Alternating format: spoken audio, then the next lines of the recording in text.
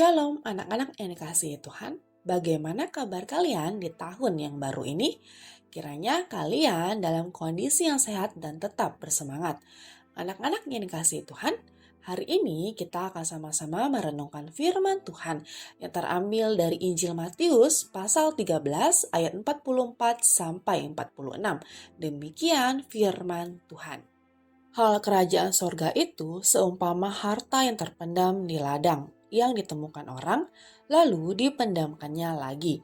Oleh sebab sukacitanya, pergilah ia menjual seluruh miliknya, lalu membeli ladang itu. Demikian pula hal kerajaan sorga itu seumpama seorang pedagang yang mencari mutiara yang indah. Setelah ditemukannya mutiara yang sangat berharga, ia pun pergi menjual seluruh miliknya lalu membeli mutiara itu. Demikianlah firman Tuhan.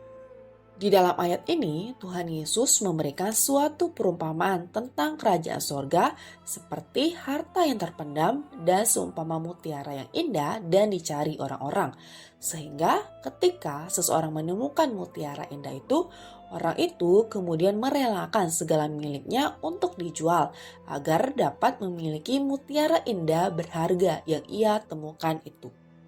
Nah, anak-anak, ketika kita berbicara tentang harta yang terpendam atau mutiara yang indah, pasti yang muncul di dalam benak kita adalah mengenai sesuatu yang sangat berharga, bernilai sangat tinggi, dan yang tempatnya tidak banyak diketahui orang. Anak-anak, apa yang akan kalian lakukan jika kalian adalah orang pertama yang menemukan harta yang terpendam dan mutiara yang indah itu? Sudah pasti pertama-tama kalian akan merasa senang dan bersuka cita. Lalu kedua, kalian pasti sangat berharap untuk memiliki harta dan mutiara itu. Walaupun untuk memilikinya, kalian harus mengorbankan milik kalian lainnya yang tidak lebih berharga dari harta dan mutiara itu.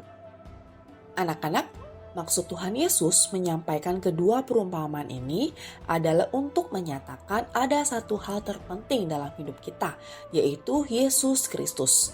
Dia adalah harta yang terpendam dan mutiara indah yang dibutuhkan dan dicari oleh semua orang. Di dalam Dia nyata kerajaan Allah yang mulia. Namun, setiap orang yang ingin mendapatkan harta dan mutiara itu harus siap dan bersedia mengorbankan yang ia miliki dan menjadikan harta dan mutiara itu sebagai satu-satunya kepunyaannya yang berharga. Melalui perumpamaan ini, Tuhan Yesus mengajak semua orang untuk percaya dan mengikut Dia dengan kesungguhan hati, jiwa, dan akal budi. Tuhan Yesus telah menyatakan dirinya dan kasih-Nya melalui pengorbanannya di kayu salib untuk menyelamatkan setiap orang yang percaya kepadanya dari hukuman dosa. Akan tetapi, Tuhan juga mengingatkan bahwa untuk percaya dan mengikut Dia membutuhkan kerelaan untuk berkorban.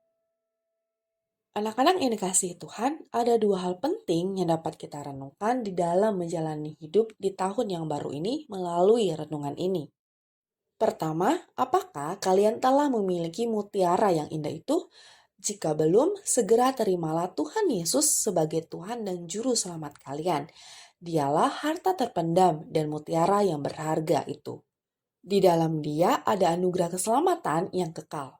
Jika kalian sudah menerima Tuhan Yesus, artinya kalian telah menerima harta yang berharga dan mutiara yang indah itu. Kalian juga telah memperoleh anugerah keselamatan yang ada di dalam Tuhan Yesus. Kalian berbeda dengan orang yang belum percaya Tuhan Yesus di dunia ini. Mereka sedang terus mencari mutiara yang indah itu dengan segala kekuatan mereka. Sedangkan kalian sudah mendapatkannya oleh anugerah Tuhan. Karena itu, teguhkanlah keputusan kalian untuk tetap percaya dan beriman kepada Kristus. Kedua, tetap memiliki relasi yang baik dengan Tuhan Yesus membutuhkan pengorbanan.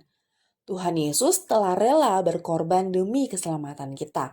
Dia berharap agar kita tetap dapat memiliki relasi yang baik dan tetap mengikut Dia dengan sungguh-sungguh.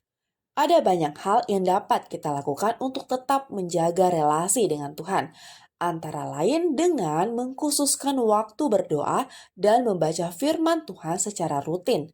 Belajar sungguh-sungguh untuk tetap fokus ketika sedang beribadah, berkomitmen untuk meninggalkan dosa kita, semakin tulus dan ikhlas mengasihi sesama yang membutuhkan pertolongan, berani mengorbankan keinginan pribadi untuk sebuah relasi yang indah bersama Tuhan.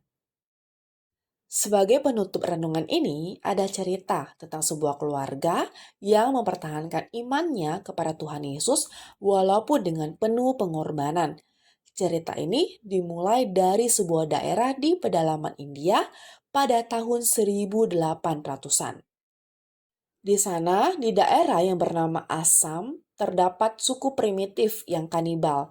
Mereka tidak segan-segan untuk mengorbankan manusia sebagai persembahan kepada dewa mereka. Suatu kali, datanglah misionaris memberitakan Injil, dan ada satu keluarga dari suku itu yang percaya dan menerima Tuhan Yesus sebagai juru selamat dan mengikut Tuhan Yesus. Sayang sekali, keputusan keluarga ini mendapat respon yang tidak baik dari kepala suku mereka. Sang kepala suku memaksa ayah dari keluarga ini untuk meninggalkan imannya.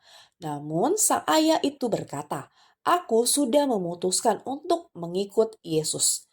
Kepala suku mengancam akan membunuh istri dan anak-anaknya jika ia tetap percaya kepada Tuhan Yesus. Akan tetapi, istri dan anak-anaknya mendukung dia untuk tetap setia beriman kepada Tuhan Yesus, walaupun mereka harus mati. Akhirnya, istri dan anak-anaknya pun dibunuh. Saat itu, dia diminta kembali untuk menyangkal imannya, tetapi dia menjawab, "Tetap kuikut Yesus walau sendiri." Akhirnya dia diancam akan dibunuh juga jika tidak menyangkal imannya. Tetapi ia tetap setia. Ia menjawab, "Salib di depan, dunia di belakang." Jawaban itu membuat dia akhirnya dihukum mati juga. Akan tetapi, demonstrasi iman lelaki ini akhirnya membawa kepala suku dan semua penduduk desa bertobat dan mengikut Yesus. Cerita ini adalah latar belakang dari sebuah lagu himne Kristen yang terkenal, "I have decided to follow Jesus", yang menggambarkan betapa berharganya memiliki Tuhan Yesus, sehingga segala sesuatu layak dikorbankan demi Tuhan Yesus, tidak terkecuali nyawa kita sendiri. Anak-anak yang dikasihi Tuhan, di tahun yang baru ini, mari kita berkomitmen untuk menjaga relasi kita dengan Tuhan, harta terindah dan mutiara dalam hidup kita itu. Mari belajar untuk rela mengorbankan keinginan-keinginan pribadi demi melakukan hal-hal yang disukai oleh Tuhan.